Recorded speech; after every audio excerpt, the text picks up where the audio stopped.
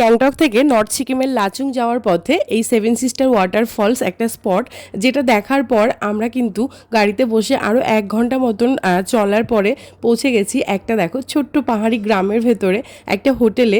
বাড়ির ভেতরেই বাড়ির মহিলারা রান্না করে আর কি খাবার পরিবেশন করে, ভীষণই সুন্দর পাহাড়ি খাবার দাবার।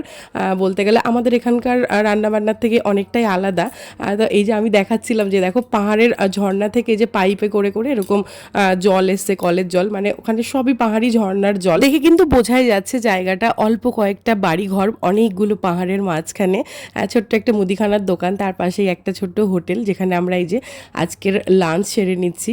কারণ এরপরে আমাদের অনেকটা যেতে হবে গ্যাংটক থেকে নর্থ সিকিম, প্রায় 8-9 ঘন্টার জার্নি। যেহেতু রাস্তাটা এখন খারাপ, তারপরেও মানে আমরা বুঝতে পারছিলাম না সেটা কত ঘন্টায় গিয়ে দাঁড়াবে। এই যে হচ্ছে রাস্তা, এইরকম রাস্তা দিয়ে ঘন্টার পর ঘন্টা চলাটা আলাদাই একটা অভিজ্ঞতা, ভয়ও লাগছিল আবার ভালোও লাগছিল।